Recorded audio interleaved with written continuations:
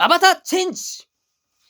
What's up, J Fusion fans? This is Philip, and welcome back to another video. So now let's talk about the first episode of Avataro Sentai Donbrothers. So this is going to be my review of the episode, and of course my first impressions of the show.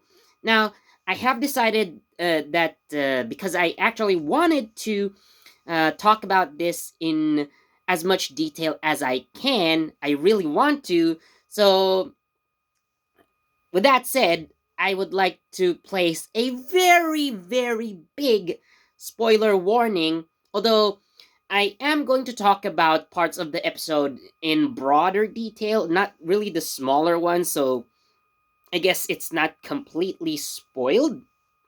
But again, I of course I have already seen the episode, and at least as of this point, the episode is already uploaded to YouTube. So I'm going to put a link down in the description right there. But I understand it's going to be region locked. So if you have VPN, then go ahead and go ahead down in the description and watch the first episode of Dawn Brothers. Or otherwise, you could just wait for it to, be uploaded and then see it for yourself. So, again, I've already mentioned that there would be spoilers, so unless you actually want to hear what I'm going to say, then let's move on with the video. All right, so for the opening sequence, well, we don't really uh, see it right away. Of course, they do have the opening theme song played, but I'll get to that later. So the story starts from a very interesting perspective. Now, before I talk about that, we're going to go back in time. And, when we think of Super Sentai, episodes, at least the premieres or the first episodes or whatever you would call it, actually even with the Kamen Rider series, but in any show in general. Okay, so of course we see our openings or the first episodes from basically the main protagonists, and well, of course, for Super Sentai, we usually associate the first episode with the Red Ranger because for all intents and purposes they basically serve as the main characters of the show. However, for Avataro Sentai Donbrothers, we see everything from the perspective of Oni's sister. That's right, the only girl in the team, and she actually is the focused character in this episode. Of course, we do see Taro, aka Don Momotaro, appear in this episode as well. We see him introduced, but if you look at it, right, if you look at this show, or at least this episode rather, a good majority of the time, actually almost 80 to 90% of this episode is told from the perspective of Oni's sister. So, what happened to her? Why is she fighting, or how did she become part of the Dawn Brothers? How she became Oni's sister? So, of course, so we're going to see it in this episode as well.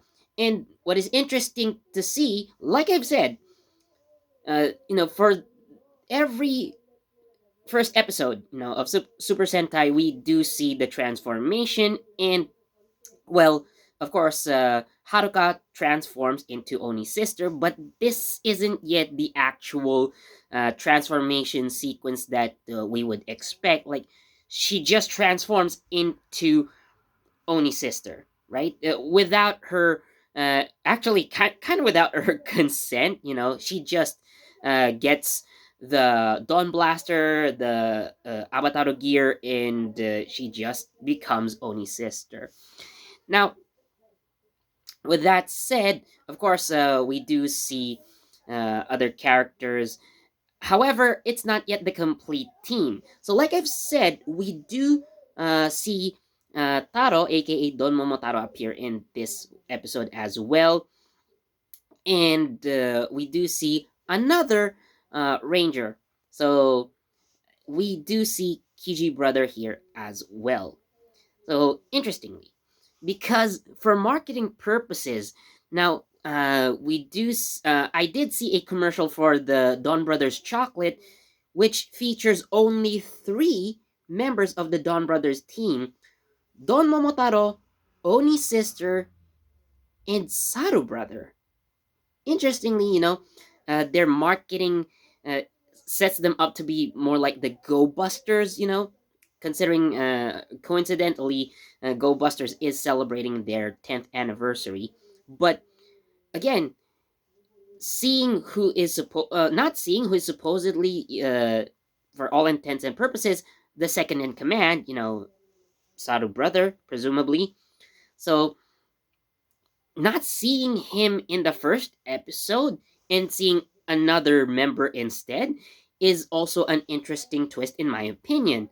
So at this point, Kiji brother has already been fighting actually, and although we do technically see Oni's sister being the first one to transform, she was fighting solo. Later on, when Kiji brother is introduced, so he already states or he already mentions that he has already fought. Although I think that it's not been long since he became uh, a part of the Don Brothers team as well. So it kind of reminds me in a way of Gao Ranger as well, because each member of the team, had their or they didn't join all at once. They joined in a specific order, and coincidentally, another coincidence is that uh, while we see Oni's sister as the first member of the team, from our standpoint, from our point of view, in the in Gao Ranger, so Gao Yellow is the very first, ranger to be recruited.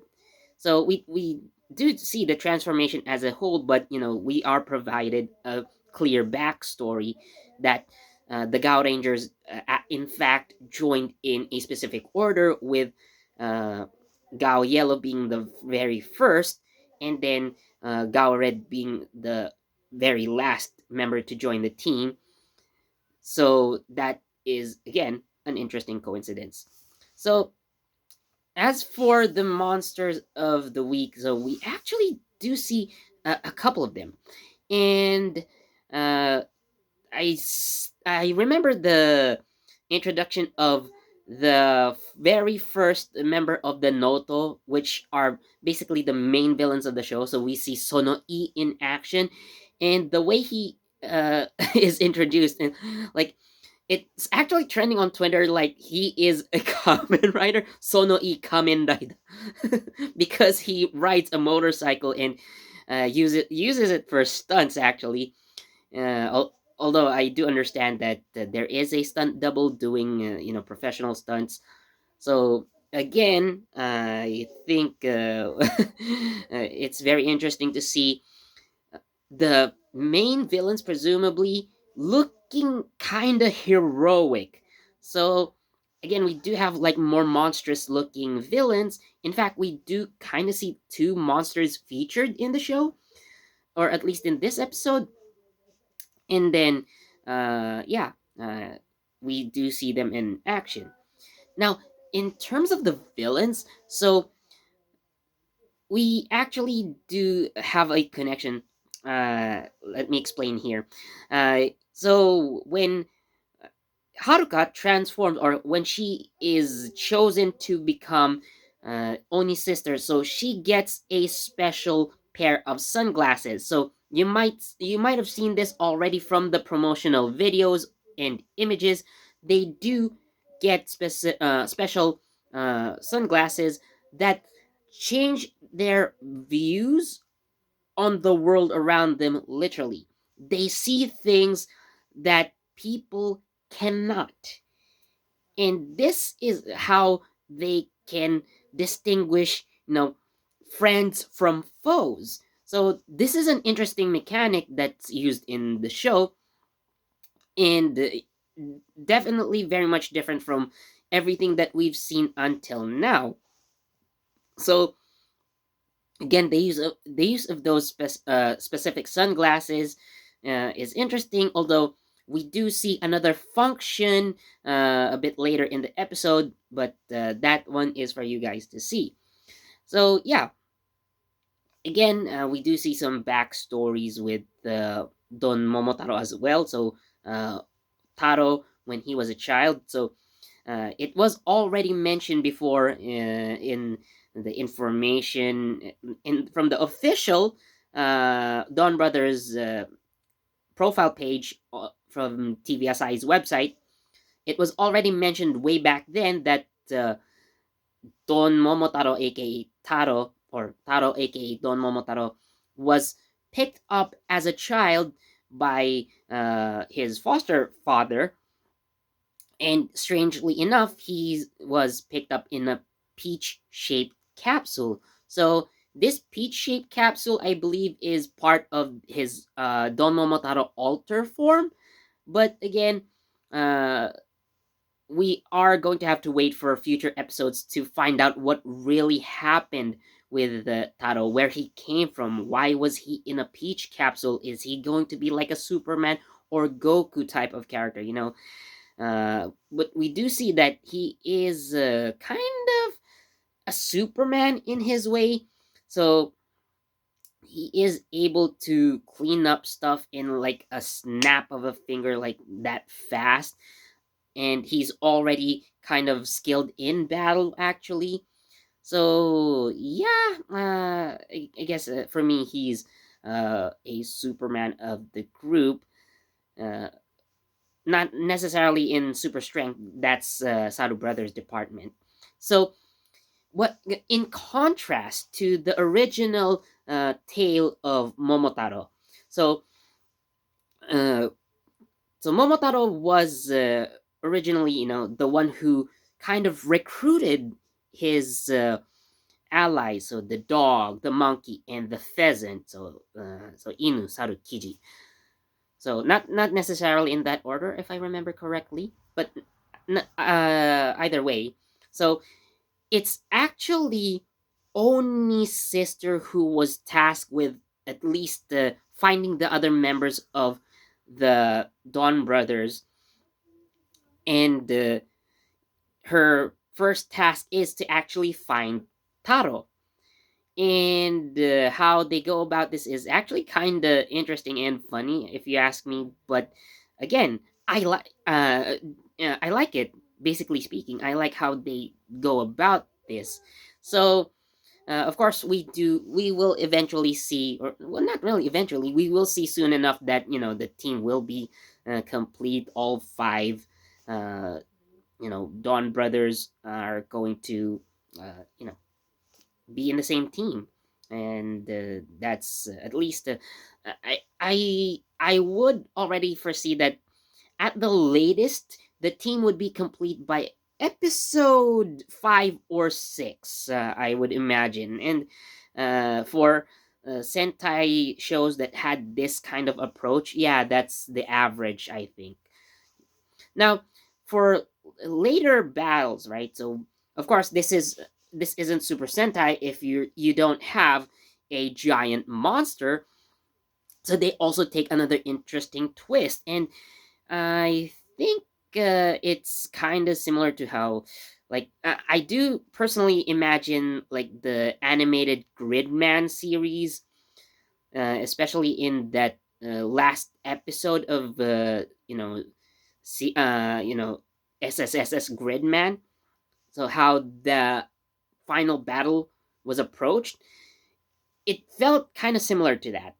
If you guys have watched SSSS Gridman, you probably would understand what I'm talking about. So the final battle, or not really the final battle, yeah, the final battle in Gridman is kind of similar to how the giant battles were approached in uh, Dawn Brothers.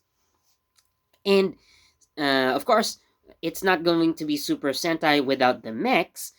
And well, we're going to have to stick to CGI for now with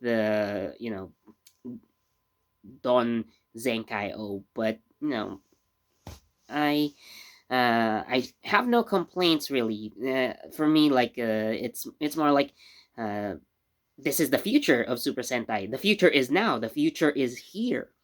So that's how I view the battles, at least the mech battles, and we do see also Zen Kaiser Black. Now, a lot of you probably have already been thinking, is this the same Kaito that we knew? Or, is this the quote unquote god that we've seen from, Zen Kaiser? Or is this a completely different character altogether? That remains to be seen in future eps, but it's again interesting to see basically the main character from a previous series carry over in. Of course, he isn't the main character this time, but he is still in his own way part of the action. So, what is strange to me, however, is that we don't necessarily see Kaito interacting with Taro. We just see Zen Kaiser Black summon Juran, and in this case, Juran is just really more of a mech than an actual character.